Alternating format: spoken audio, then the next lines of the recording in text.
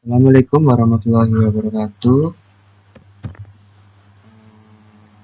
Perkenalkan, nama saya Taurik Nafil Nazar, di ilmu komunikasi. Di sini saya akan mempresentasikan tugas saya studi Al-Quran yang berjudul Sabah Al-Quran.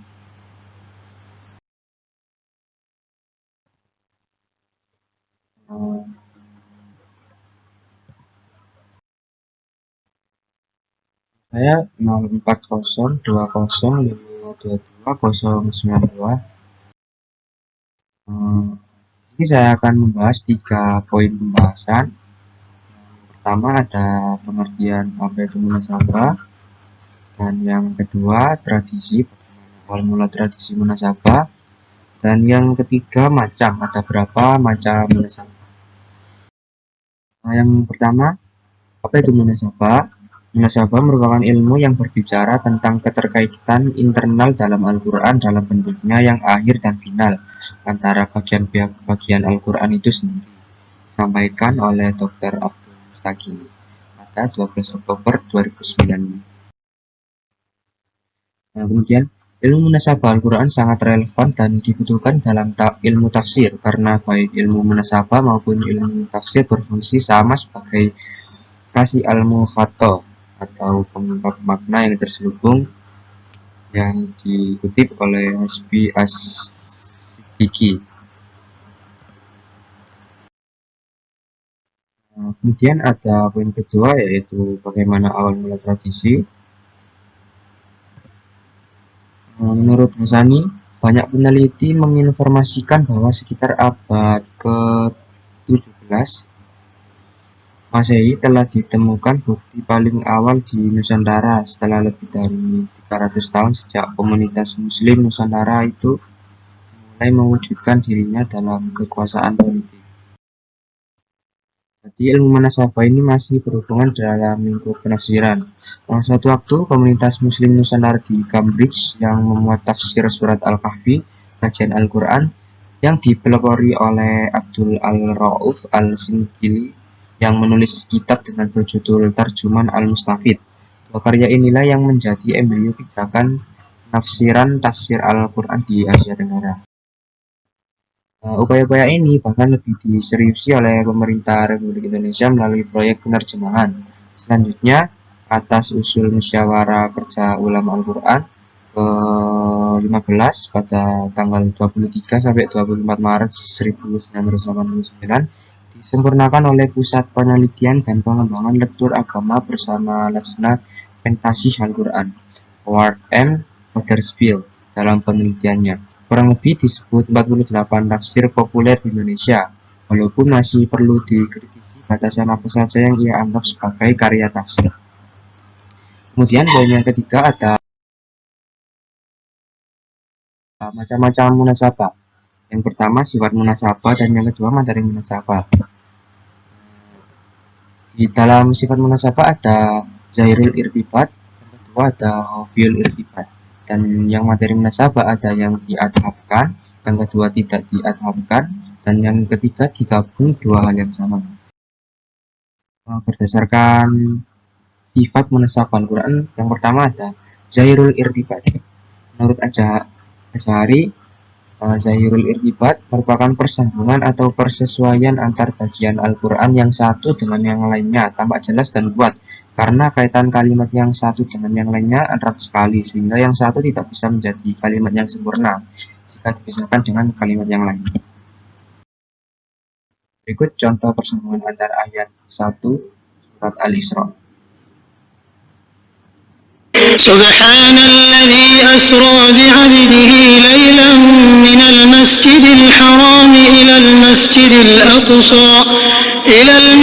الأقصى الذي باركنا حوله لنريه من آياتنا إنه هو السميع البصير. Suci Allah yang telah memperjalankan hambanya Muhammad pada malam hari dari Masjidil Haram ke Masjidil Aqsa, yang telah kami berkahi sekelilingnya agar kami perlihatkan kepadanya sebagian tanda-tanda kebesaran kami. Sesungguhnya Dia Maha mendengar dan Maha melihat. Ulang Quran Surat Al-Isra ayat 1. Ayat tersebut menerangkan Isra Mi'raj Nabi Muhammad SAW, dan dalam ayat kedua surat Al-Isra Allah berfirman, وآتينا موسى الكتاب وجعلناه هدى لبني إسرائيل ألا تتخذوا من دوني وكيلا. dan kami berikan kepada Musa kitab Taurat, dan kami jadikannya petunjuk bagi Bani Israel dengan firman, janganlah kamu mengambil pelindung selain aku. Surat Al-Isra ayat 2. Ayat ini menjelaskan diturunkannya kitab Taurat kepada Nabi Musa. Selain ini, keduanya ialah tampak jelas diutusnya kepada orang nabi atau rasul tersebut. Dan berdasarkan sifat nasab yang kedua, yaitu Qafiyul Irtibat. Menurut Ajahari, persambungan yang tidak jelas atau samarnya persesuaian bagian Al-Quran dengan yang lain, sehingga tak tampak adanya pertalian untuk keduanya. Bahkan seolah masing-masing berdiri sendiri, baik karena ayat satu itu diatafkan kepada yang lain, atau karena yang satu bertentangan dengan yang lain. Berikut merupakan contoh antara ayat 189 surat Al-Baqarah dengan ayat 190. Ayat 189 surat Al-Baqarah berbunyi, يسألونك عن الأهلة قل هي مواقيت للناس والحج وليس البر بأن تأتوا البيوت من ظهورها ولكن البر من اتقى وأتوا البيوت من أبوابها واتقوا الله لعلكم تفلحون. Maka bertanya kepadamu tentang bulan sabit. Katakanlah bulan sabit itu adalah tanda-tanda waktu bagi manusia dan bagi ibadah haji. Surat Al-Baqarah ayat 189.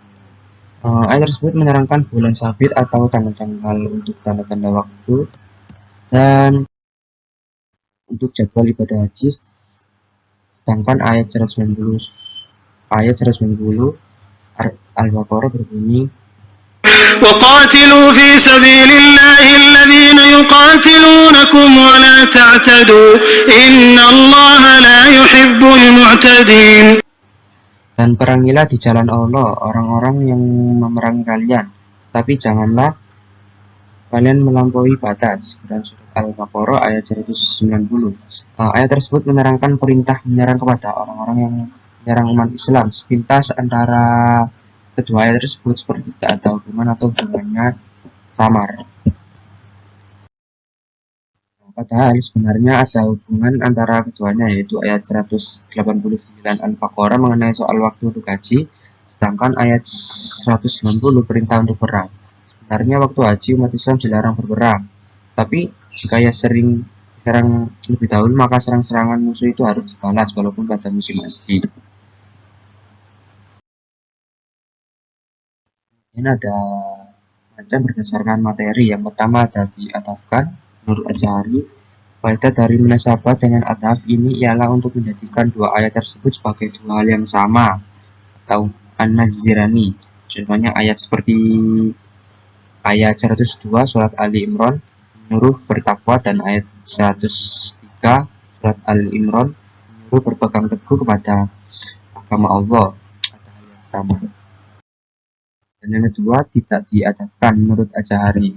Dalam munasabah ini tampak hubungan yang kuat antara ayat yang kedua, ayat 11 Ali Imran, dengan ayat sebelumnya, ayat 10 Ali Imran, sehingga ayat 11 itu dianggap sebagai bagian kelanjutan dari ayat 10. Kemudian yang ketiga ada digabung dua hal yang sama menurut Ajahari, seperti contoh dalam ayat 5 dan ayat 4 surat Al-Anfal. Kedua ayat ini sama-sama menerangkan tentang kebenaran.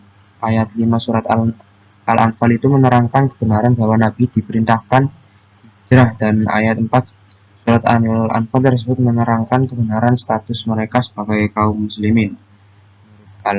Menurut Ajahari. Sekian presentasi saya. Bila ada salah kata, mohon maaf sebesar-besarnya. Billahi taufiq wal hidayah. Wassalamualaikum warahmatullahi wabarakatuh.